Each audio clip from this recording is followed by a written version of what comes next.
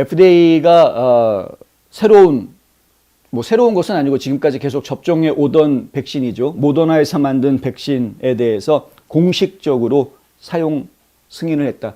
이 공식 사용 승인을 받은 두 번째 백신이 된 겁니다. 첫 번째 백신은 파이자 백신이었죠. FDA가 지금까지는 이제 응급 사용 승인, 그러니까 긴급 사용 승인만 해왔던 상황이었었는데 이제 공식 사용 승인을 하게 됐다. 모더나 같은 경우에는 파이자하고는 차이가 좀 있습니다. 파이자에서 만든 백신 같은 경우에는 16세 이상에는 모두 다 적용이 될 수 있게끔 승인이 됐던 것인데요. 모더나 같은 경우에는 만 18세 이상에만 사용할 수 있도록 공식 승인이 나 있습니다. 공식 승인이 난 것은 그렇고요. 긴급 사용은 그보다 연령이 좀 더 낮춰져 있습니다만, 그래서 공식 승인이 나 있다라는 것은 그거는 뭐 안전성이나 이런 것들이 지금 나름대로 FDA 기준에 맞추어서 검증이 됐다라는 판단이 섰다는 것으로 그렇게 이해할 수 있는 부분인데, 과연 이렇게 공식 승인을 해주어도 되는 것인지에 대한 의혹은 여전히 남아 있기는 합니다. 하지만은 뭐 FDA 기준에 만족하고 있다라는 측면, 그것 자체가 지금 의미가 있을 수 있을 것 같고요. 반대로 저희가 한 말씀 드리고 싶은 건 뭐냐면, 이미 코로나 바이러스가 오미크론이 주종인 것으로 미국 내에서는 다 바뀌었는데 90% 이상이 오미크론인 상황에서, 그런데 지금 커먼하티도 그렇고 지금 이제 승인을 받은 머더나의 스파이스팩스 같은 경우도 마찬가지이고, 오미크론 변종, 특히 오미크론의 BA2 변종에는 효과가 없다라는 이야기들이 계속 나오고 있는데, 물론 파이자에서는 부스터샷까지 맞은 사람들 같은 경우에는 BA2 변종에도 효과가 있다라고 자사에서는 계속 발표를 하고 있습니다만, 그럼에도 불구하고 이 백신을 맞아도 오미크론 변종의 변종, 그러니까 BA2 변종은 막을 수 없다라는 이야기가 지금 계속 나오고 있는 상황에서 이것을 공식 승인해 주는 것이 과연 어떤 의미가 있는지 우리는 잘 모르겠다. 뭐 이제 이런 이야기들은 나올 수 있을 것 같습니다.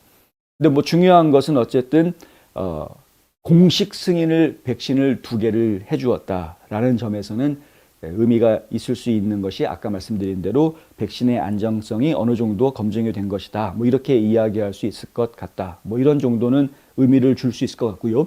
제넷 우드콕 FDA 국장 대행은 이번 스파이크백스 허가는 코로나19 팬데믹과의 싸움에서 중요한 단계로 코로나19를 예방하기 위해 승인된 2번째 백신이 된다.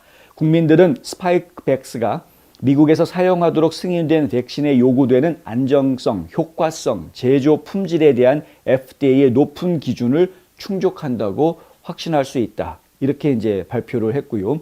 모더나의 코로나19 백신이 응급 사용 허가를 받은 개인에게 수억 회 투여됐지만 FDA의 승인으로 백신 접종에 대한 자신감을 높일 수 있을 것이다. 이렇게 이야기했습니다. 그래서 백신에 대한 신뢰성을 FDA가 이제 공인해 주었으니 더 많은 사람들이 백신 맞아라 라고 이제 이야기하고 있는 이런 상황이다.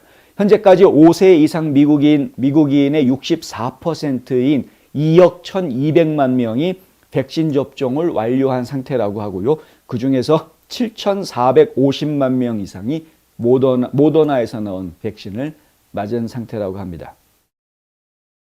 네. 뭐 좀 켈리 GL님 안 믿는다 백신 예. 특히 안정성 가장 못 믿는다 이렇게 얘기하셨는데요. 일단 FDA가 가지고 있는 기준이 있습니다. 그 뭐 적어도 뭐 몇 % 이상 뭐 부작용이 생기면 안 되고 어쩌고 저쩌고 하는 기준들이 있는데, 그러한 기준들을 맞추었다라는 의미가 있는 것이기 때문에요. 기준에 맞추지도 못했는데 FDA가 승인해 줄 그런 조직은 아니라고 저희가 일단은 믿어주고 싶고, 그래서 결국에는 어떤 기준치는 통과를 했을 것이다 라고 이제 생각은 듭니다. 다만 뭐 기존에 많이 알려져 있는 것처럼 백신이 가지고 있는 부작용에 대한 이야기들은 저희가 계속 듣고 있죠.